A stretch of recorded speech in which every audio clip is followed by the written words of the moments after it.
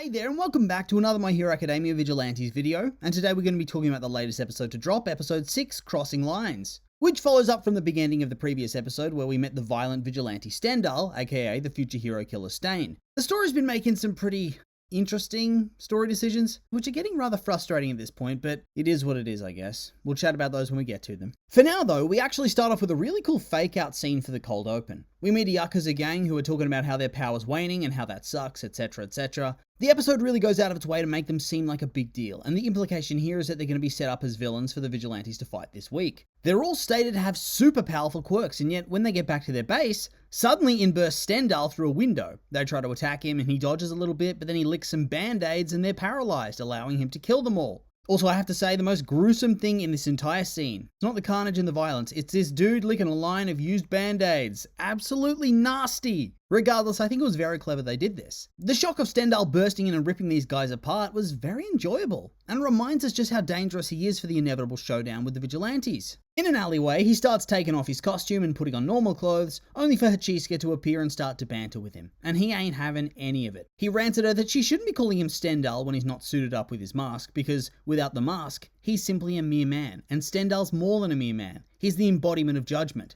Okay, so I guess even before he was Stain, he was full on crazy, wasn't he? I gotta say, within this scene, I was thankful for the reveal that he'd set up the band-aids using vials of blood instead of just having somehow got his hands on old used scraps. It really was turning my stomach. I was also really interested to see just how much of a hypocrite this man is. He claims to be serving the heroic ideal by killing villains, but by doing so, he's working with a different villain who in turn is clearly wanting him to do these things, and thus she's using him for some greater villainy. Therefore, he's full of shit. Really, this episode goes and exposes him as a complete fraud again and again, who's simply unstable and whose ideals make little to no sense at all. This girl has some serious guts teasing and poking this man, who's openly stated that he is eventually going to turn on her and try to kill her. I know her quirk's probably strong, but this guy's pretty nuts. The next scene up just made me annoyed. We get an extended sequence following the gang who tried to assault Popstep. Nice, just what we wanted, isn't it? I know there's some controversy in the translation about whether they were planning to rape her or whether they were planning to simply strip her and take photos to reveal her identity online,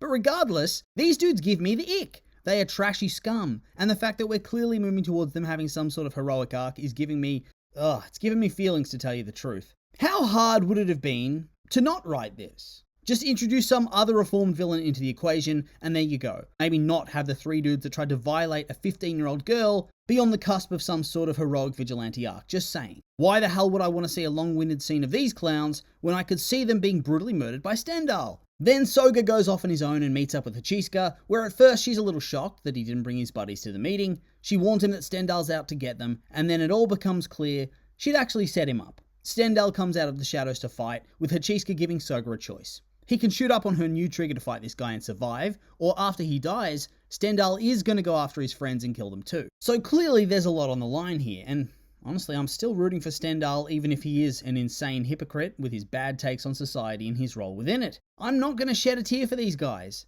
Soga decides he's not going to bother with using trigger and slaps it away, opting to use his Wolverine-style claws against a dude with a sword, a much bigger sword, who you know just slaughtered a bunch of really strong Yakuza guys. They literally said it in the scene. Good luck, buddy. Of course, since she needs her data, Hachiska ends up sending her worker bees to inject him instead, which in turn leads to a lame attempt at backstory justification.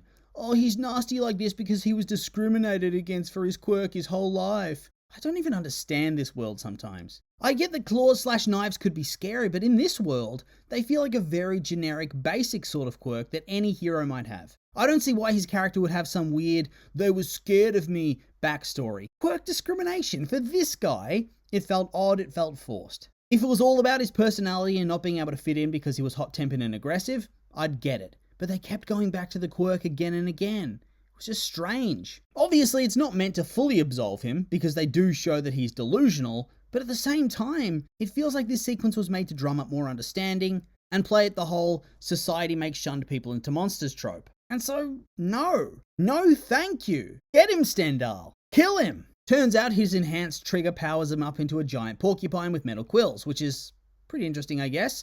Luckily enough, before the fight can begin, the Crawler's making his way through the streets on patrol and comes across the battle just as it's about to start. Quite obviously, this is not going to be diffused with the power of friendship, no matter what Koichi might think, and so the battle does begin, with Soga shooting his metal quills at Stendhal, who in turn is able to block them like he has Jedi reflexes and a lightsaber. Okay, so he has to be somebody who has one prime quirk and then a bunch of enhanced body mutations, right? Like how Tokuyami has Dark Shadow, but then he also has a bird head. Then again, I guess sometimes you really do have to just suspend your disbelief with what these people can do and what they're able to endure. Stendhal rapidly begins beating this dude's ass and slashing his fleshy underbelly a couple of times with his sword before Crawler jumps in, knocks him away, and picks up Soga, trying to get him away to safety. Stendhal throws a knife into his leg, first of all, ouch, and this knocks Crawler down and forces him to use his quirk with Soga on his back. Damn. I guess humans just are built different in this world. Koichi is an actual twig man, and he was able to pick this man up and carry him and his metal spikes, which would be massively heavy, on his back, first walking, and then using his quirk with a knife in his leg. The episode at this point is going at breakneck pace here, so there's no real time for the story to dwell on it, but I think this is really an underappreciated feat of strength from Koichi. Stendhal keeps being a hypocrite, acknowledging that what the Crawler is doing, preventing somebody being murdered, is actually born of good intention. It's born of his inherent morals and his unwillingness to be a judge, jury, and executioner. However, since he's protecting a villain, that means he's made his choice, and I suppose that means he deserves to die with no mercy. I've really never understood all the posts that claim Stain is so based and that he's the one who's in the right. He's so clearly full of shit. Seriously, one little wrong move in his eyes is enough for a death sentence. Screw this guy. He yammers on with his usual screed about how he's passing judgment, yada yada yada. It's the type of shit some deranged Batman villain would rant about before getting knocked out. He moves in for the kill, and who should arrive from the rooftops? Why, it's Knuckle Duster. Didn't even have to land in a convenient place trash pile this time. Stendhal tries to bond with him as a kindred spirit, but Knuckle Duster declares that he's just a crazy slasher, and he's not a true hero of justice. Seems clear they're about to fight, but not before Knuckle Duster outlines how Stendhal is actually rather outclassed in this scenario, and they both know it. I did rather enjoy that pre-fight analysis. He throws down a wire and tells him that he's free to leave with no repercussions, but that if he crosses that line, it's going to be on. Stendhal tries to fake him and pretend to retreat before charging, but he in turn is bamboozled, and he cops a big hit to the face that destroys his mask and smashes in his nose when Knuckle Duster himself steps over the line to fool him. Oh, I love Knuckle Duster fights. Just the tactics he uses and how clever he is. It was a very brief fight, but it was very awesome. Stain then gets up in a bit of a bloodlust and starts slashing at him with daggers, with Knuckle Duster somehow holding him off until he gets slashed across the hand. Must be nice to have a baseline level of superhuman strength and reflexes even without a quirk. Stain retreats and we get the genesis of the hero killer persona when he rants to Knuckle Duster about how he was right, that false heroes hide behind a mask, etc, etc. Just the usual, Stain misinterpreting heroic ideals to serve his own violent agendas. He then licks Knuckle Duster's blood off the dagger, and the big fella doesn't even go down.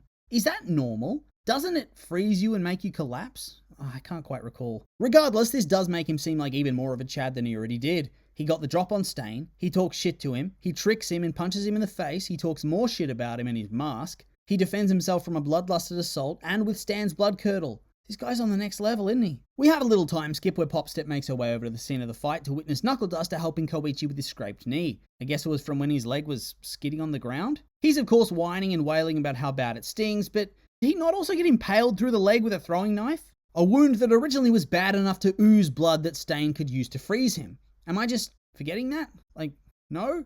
They're not going to mention it? I mean, they do say that his tendon is intact, but surely that would still be a hospital level wound. Same for Soga. The dude was slashed with a sword multiple times, and yet here they're just going to do cheap first aid? You could easily get away with going to the hospital. Just claim you're attacked by a villain named Stendhal, and the cops probably wouldn't question more than that. Especially when somebody with a similar MO just slaughtered the Yakuza goons, but oh well. Also, Popstep having to treat this guy and then speak to him? Oh, nice. Just what the episode needed. Then it's back to Stain, who's really gone off the deep end at this point. Dude's fully unhinged and is starting to resemble his personality from the Hosu arc of the main show. He talks about how he needs weapons, power, speed, and tactics in order to succeed, although he does say he already has some of these.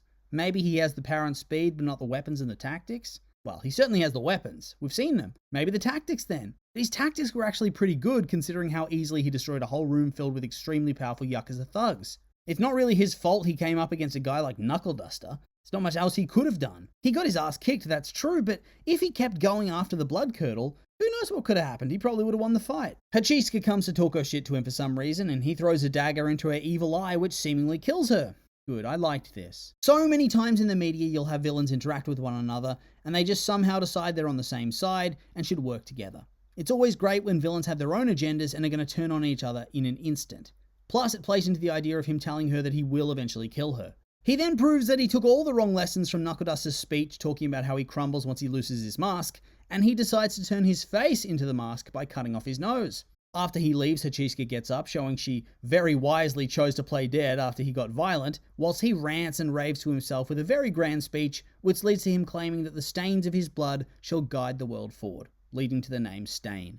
Man, he seems even crazier here than he did in the OG show. Once again, who the hell watches this guy and thinks, oh, Stain actually has a really good point about hero society? The dude is a wacko, plain and simple, and I like that the show exposes this fact more than ever before. The episode then ends, and in the preview we see Koichi's introduced to what seems like a very obvious romantic interest. But that's for next week. And so with all that being said, that's the end of the episode, and these have all been my opinions, and I'd like to hear yours. What did you think of the episode? Did you like it?